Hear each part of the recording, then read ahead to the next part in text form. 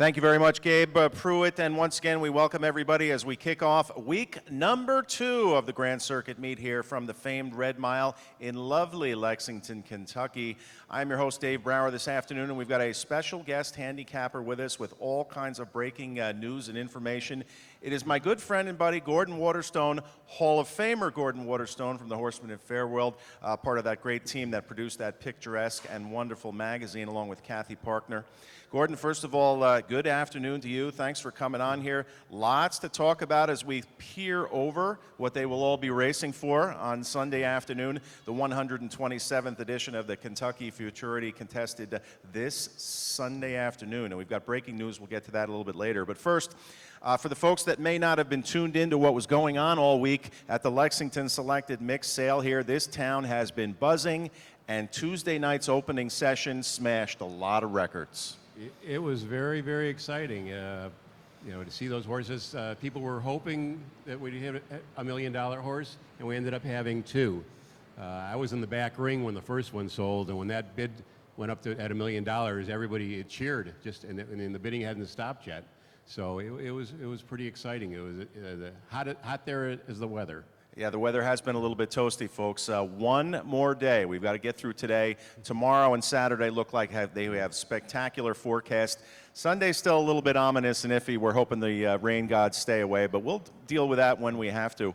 Give everybody an idea of what it was like to be there live on Tuesday. I've been here before on opening night sessions here. I didn't see a seat open in the pavilion when after the first couple of horses went through the ring. It was just a special night for all of us in the harness racing industry. Yeah, there was definitely a buzz to it. You came with me. We drove together in, and when we got to the parking lot, we saw how crowded it was. And I've been here in years past, and it was a buzz early, and it stayed a buzz the whole night. And tingling, I had so many people telling me it was just so much different of a feel. What a great feel it was. Great thing for the sport. I can't wait to see all these horses next year because there was several sold at big prices. Nancy Johansson got a couple pacing horses for $700,000 and $800,000 besides the $2 million horses. So we're looking forward to next year. Hopefully big things to come. It sure was a lot of fun there. And of course those sales toppers named Maverick, full brother to Green Shoe, brought by Brad Grant and Company, to be trained by Tony Alagna. And then out of the Cane Run consignment, Elizabeth Caldwell, she sold a full brother to Propulsion named Damien, who went for a cool $1 million even. As for the opening night percentages, the gross was up 44%, the average 22%. You can't have a better opening night than that. And then, like you said, 7 more sold for over $200,000 last night. So the strength continues, and so does the sale right through Saturday. Goes right through. There's some big, good horses on the schedule tonight. You never know surprises can happen. We could see another big one tonight. All right, we could see another big one tonight. So that's a look at the sale here. Now we need to talk a little bit about you. One of the favorite things that we do every morning right around 10:30 when you post it is we tune into harnessracing.com, that we check the backstretch with Gordan column here. So I'm going to let you take it away. What did you find out this morning? And then we'll look at a cool video after that. Well, I'm finding out that a lot of people are tired of the hot weather. They've been working earlier, and they're anxiously looking forward to the cool break tomorrow. But it's fun. It's been a quiet week. Mark Harder's walking around with a cast in his arm from a training mishap.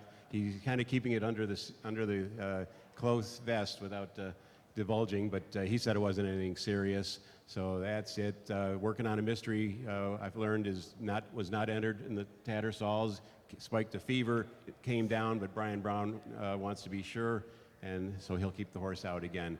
It's fun. I walked around, a couple people talked to about the sale again. Aki Svan said I tried practicing some Swedish with him this morning. That didn't work. that didn't work at all. So I'm not very good at Swedish. I'm not very good at English either. So now tell me the truth. When they see you coming, some of these horsemen, does anybody duck into their tack room or run down the shed row to get away from you? No, actually, I've learned the opposite way. They come running. Why haven't a guy got a mention yet?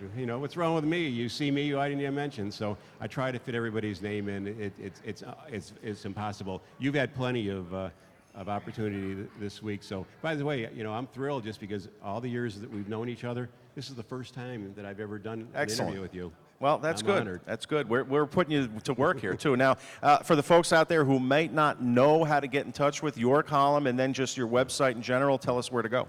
Well, backstretch with Gordan. We do it every morning. I'm out here early in the morning, no matter how late the night before was. We're here in the early, and it's on harnessracing.com every day. Little different features. Today, we open up. We have a great video of Green Shoe that was taken from the starting car that Russell Williams for Hanover took. If you go to our site, harnessracing.com, and go through my column, you can find the links right to follow it. I watched it this morning. It was great to watch the side view from the starting car of Brian Sears driving Green Shoe to the victory last week.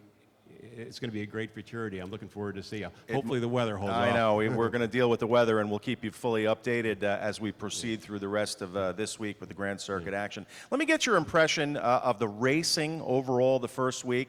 The word I wrote down on my piece of paper right here is awesome. We got to see not only Green Shoe, Elver Hanover in a world record, When Doves Cry. Who else caught your eye? Or tell us about them. Well, Carter Pinsky, obviously. You know, he's a longtime assistant for Nifty Norman. They let him go on his own, and he came through with flying colors. He was 3 for 3. He has Amigo Volo in today. That's his only starter for the week. The other two horses that he won with the stake races last week are not eligible this week, so it's kind of a quiet week for Carter, and it's been big. We had world records every day, big efforts, good racing, so that was expected with the hot weather. So. I think it was, but still the horses have to go out and prove it, and there is no better surface to try to set a record if that's your goal than right here at the Red Mile, thanks to Dan and Greg Kuhn. They do wonderful work. Coming up over the next couple of days here, we've got many divisions and cycles of the International Stallion Stakes. We're looking ahead towards Saturday and some of those Al Raj Opens, and then of course Sunday is the big day here at the Red Mile during this 2-week session here. It is Kentucky Futurity Day, the 127th edition. We also have the Kentucky Filly Futurity, and I'm going to let you give the breaking news to everybody out there about the draw. Well, or about the entries, I should say, the entries. It's one dash for all the cash for both the Colts and the girls. 12 go in the Colts. The Filly Futurity's got 11. One Doves Cry. Beautiful Sin. I spoke to Aki Svanstedt, or tried to this morning, and to get the scoop on her. Looking forward to that. And obviously we're looking forward to the Melander trio, Green Shoe, Green Malishi, and Jim Panzi. Wow. All phenomenal horses, so we should be treated to an extra special racing card. Again, that will close out the Grand Circuit week here at the Red Mile. Kentucky Futurity Day on Sunday with the first post of 1 p.m. I think we're going to have 8 races in total since we have no eliminations as well. A couple of shout-outs here before we get to the handicapping of the card. We've got plenty of time here with 7 today. Big hat contest coming up here if you're with us in the Lexington area on Futurity Day, and if the weather holds true, you're going to need a hat. So that's sponsored by Four Roses Bourbon, and we thank that for them. So make sure you start looking through your closet for a nice hat. And then our boy Jeremy down at the gift shop here, he's still got lots of good stuff. I know I'm going to head there after the races today. Hopefully there'll be a little money left on my credit voucher so I can spend some as well. But he's great down there, and he's got something for everybody, whether it's fall, whether it's winter, whether it's summer. It's amazing how he packs all that stuff into that little area. And Jeremy will love the temperature change tomorrow, because that's when it happens, because people find after being hot, they've got their summer gear. It's going to be more fall-like tomorrow, so he'll be selling some items tomorrow. He'll be on his toes, that's for sure. That credit card machine will be going. And yes, he does take cash too if you've got one of those credit vouchers to cash in. As for the rest of the day, ladies and gentlemen, we're looking forward to a couple of chats with Tom Grossman from the Blue Chip Farms, see how he's doing over at the sale. Of course, his main sale is at Harrisburg, but he did have a couple to sell here. We're going to talk with Mark McKelvey from the Woodbine Entertainment Group, Mohawk Mark M on Twitter. He'll sit with us for one of the races there to do a little bit of handicapping and talk some Breeders' Cup. And my favorite thing of the day, I'm going to get to talk to Todd Schrupp on the air, and I'm going to be the host this time. How much fun is that going to be? It's going to be fun. I want you to dig deep into his harness knowledge to see, that we need to teach him. We need to teach Todd. I know he's an expert on thoroughbred racing and well respected, but we got him here. I'm Hopefully ready. we can get him in the starting car. I hear that's going to happen. Dan Kuhn gave us the thumbs up for that, so that'll be an experience from him. And we will talk to him before the last race. Should be a whole lot of fun. We'll talk a little bit of Keeneland, too, because everybody's getting ready for their opening day of the fall meet tomorrow. So lots, again, to look at and do here, whether you're with us here at the Red Mile or watching us through a simulcast location, maybe on your phone through your betting account, or if you have RTN. So thanks again for joining us, ladies and gentlemen. We look forward to a big, big afternoon. Now we're going to put you to a little bit more work, because you know that's what we do here at the Red Mile. We try to give out a couple of winners here before we throw things up to Mr. Pruitt in the announcer's booth for the first race post-parade. I don't know about you, but when I did this card, you know, I checked through my notes from last week, and I've always felt that if you watch the first week of races and you take your notes and you see little things, and you know, I think that gives you a big edge when they start this week. Absolutely. Always watch the races. You know, I'm a trouble line handicapper in most parts. I look for horses with trouble lines that can improve off of that. There was a couple last week, but there was a couple of big efforts that's going to be hard to top as they come back, though. And I'm chasing the king right here, the handicapping. No. You wrote a book. I did, but that doesn't mean I know what I'm doing. But I trust your word here. Do you adjust your handicapping style for this meet in particular? I mean, this is your home base, but you know, whether you're handicapping the Meadowlands or Mohawk, or you know, even up in Ohio during Jug Week or whatever, every place is different, and it requires a different kind of handicapping. This is a tough meet because horses are coming from everywhere, and they haven't met each other, and this is their first time seeing each other. And for a lot of horses, such like as the ones that come off the New York Sire Stakes circuit, this is the first time seeing a big track. And we've talked a couple, you and I spoke to George Dussarme about that, about Berkery J, who's in this afternoon, that the horse comes racing on those half-mile surfaces. When he turns the top of the stretch and doesn't see the finish line, it's kind of startling. And I think we saw that a little bit last week with Berkery J. But it's interesting handicapping. I love to see horses stretch out of this track. I know the trainers do too. I do too, and they look forward to getting here. So with that said, let's get to it here. Race number 1, we're showing 16 minutes to post here. They'll be on the track, I don't know, but with about 4 minutes, so we've got plenty of time to go through this afternoon's 7-race card. The first here, a late closing event for 2-year-old trotting fillies, so that will always test the handicapper. And Gordan, when I looked at the lines from last week, the first week of the late closers, we see the one that sticks out in here, Montreal Teague, who brought home one of the longest price winners of the week last week, Billy Clare. If you didn't have her last week, what do you do today? Well, I'm not going to have her this week. I hate to say it, though, because I think the road to the winner's circle goes through the one, obviously, word of honor here. I mean, I know she hasn't raced in 2 months since the Doherty, a big qualifying effort, but there's some pedigree there. Her dam is a sister to the 2008 2-year-old filly Trout of the Year honorable daughter, who won the Bluegrass division here and then went on to win Breeders' Crown, and also earlier there won the Mary Annabelle, which is now the Peter Houghton Memorial. It is Jim Doherty Memorial. A homebred there for the Brittany Farms, Marvin Katz and Allen. While we're talking about Marvin, quick shout out last night before the sale last night. Really big charity event there called Breedings for a Cause. They auctioned off some breedings to some of the top sires in the sport here. I enjoyed that festivity as well. It was great. It raised $205,000 with the 7 the breedings of the top named stallions. So it was a pretty fun night, and kudos to Marvin for putting that together. And I know he's putting on a big effort as sponsor of the upcoming Breeders' Crown. So it was a great evening, and I'm sure he was thrilled. I'm sure he was thrilled too. That was a little bit above his expectations. So we thank him for that, and we hope he has a lot of fun the rest of the week here, not only just at the sale, but maybe back into the winner's circle. So you've got a 1-3-5 in the first. I've got a 1-4-5. We're both on word of honor. Race number 2, we complete the daily double here, another late closing event again for the 2-year-old trotting fillies here. This race was a little bit harder to handicap because a couple of horses may be coming off disappointing efforts. I know both Gabe and I are high on the filly by Donato Hanover, trained by Irv Miller and driven by his son Marcus. We both like Coconut Kate. You going in a different direction. Yeah, Coconut Kate, I'll give it to her that she looked like a winner last week till she made a break. It was a tough spot to bobble. But I'm going to go inside with Graceful Lady. David Miller going to drive tonight for Jim Campbell. I just think that from the inside post, she got used hard last week in that first quarter. That's not going to happen in here today, I don't think. And I think that the tempo will be more to her fashion. I think she'll have a different strategy. Yeah. You know, we won't want to race her on the lead in that particular spot. Tim Tetrick did have his choice in there, though. He opted for number 6, Torrent, over Graceful Lady. So Hall of Famer Dave Miller will take the lines for Jim Campbell. Yeah, Torrent, you know, with Timmy, but that horse made a break too. I'm not sure why. I'm going to completely throw that out, and she's the one to beat, I think, in here, even with the outside post. Only 6 horses, so. I know, but those outside posts, they make things tough. So 1-6-3 for you, 3-1-6 for me. The same numbers, just in a little bit of a different order. On we roll to race 3 here, our first stakes event of the afternoon, the International Stallion Stakes for the 2-year-old trotting colts. And we've got some good-looking ones, some special horses to talk about today here.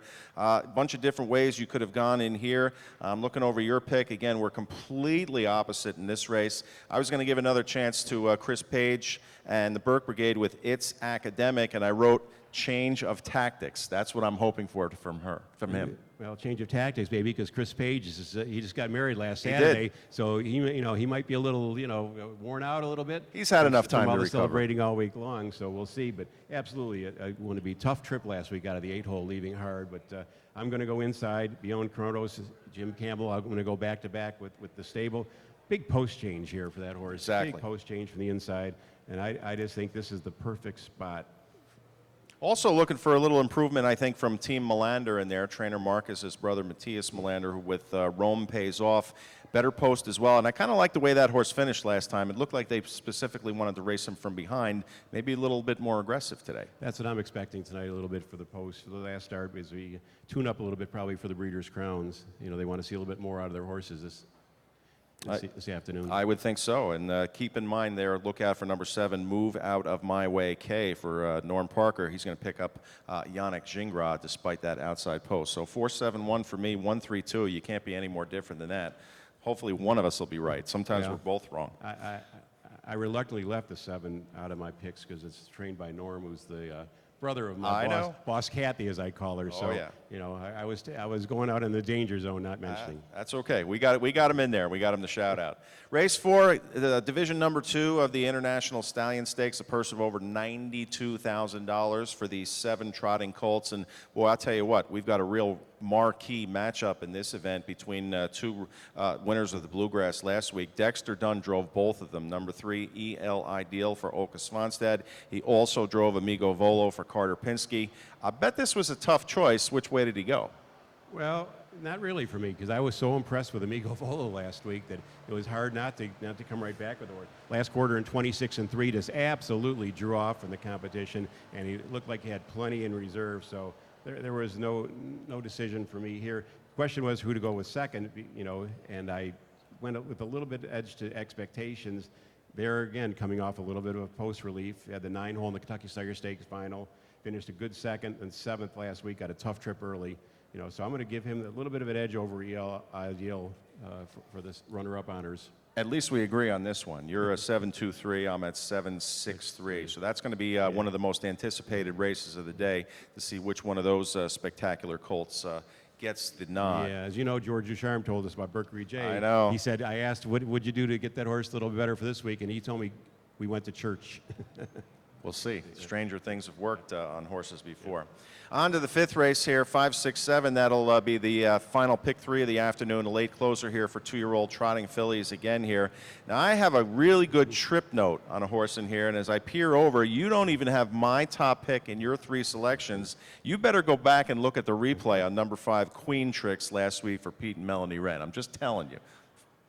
Did I miss something? You did. I missed something. And I'm a longtime friend from Peter Wren back from our Michigan days, so I better go be careful and watch what I did. I did put the horse 4th, though, so it wasn't totally left out. Now, it was a huge day last Thursday for trainer Jonas Ernestson and Montreal Teague. They teamed up for not one but a couple of winners. Syrinx Minx, she circled the field like they were tied to the fence. That's probably why I didn't get down to your choice, because I stopped at the 4, Syrinx Minx, and your horse is the 5. But really picked up with the addition of trotting hobbles. It looked before she came to Lexington that she was getting the hang of it. She's got here, and she's really hit her stride. That was a big effort from the 8-hole last time out. Well, if she's that good again, it's going to be tough to beat her. I'm just hoping for a little bit better price. And we will see if number 6 in there, Divine Equine, decides that she wants to stay trotting. That may be a difficult task for Yannick Gingras. So the 5th race is 4-3-7 for you, and I'm at a 5-4-7 as well. Still a couple more to go. The 6th race, the International Stallion Stakes. Again, the trotting colts in action here. And one of the marquee horses on the card today that did not compete with us last week is here today. It's the unbeaten Real Cool Sam. I'm looking forward to seeing this horse race. I have not, obviously, but he's in my top 10 poll. So the top 2-year-old I've got, he's a perfect 8 for 8. I talked to Jim Campbell yesterday, and he believes 9 for 9 is coming as they head to Toronto for the Breeders' Crown.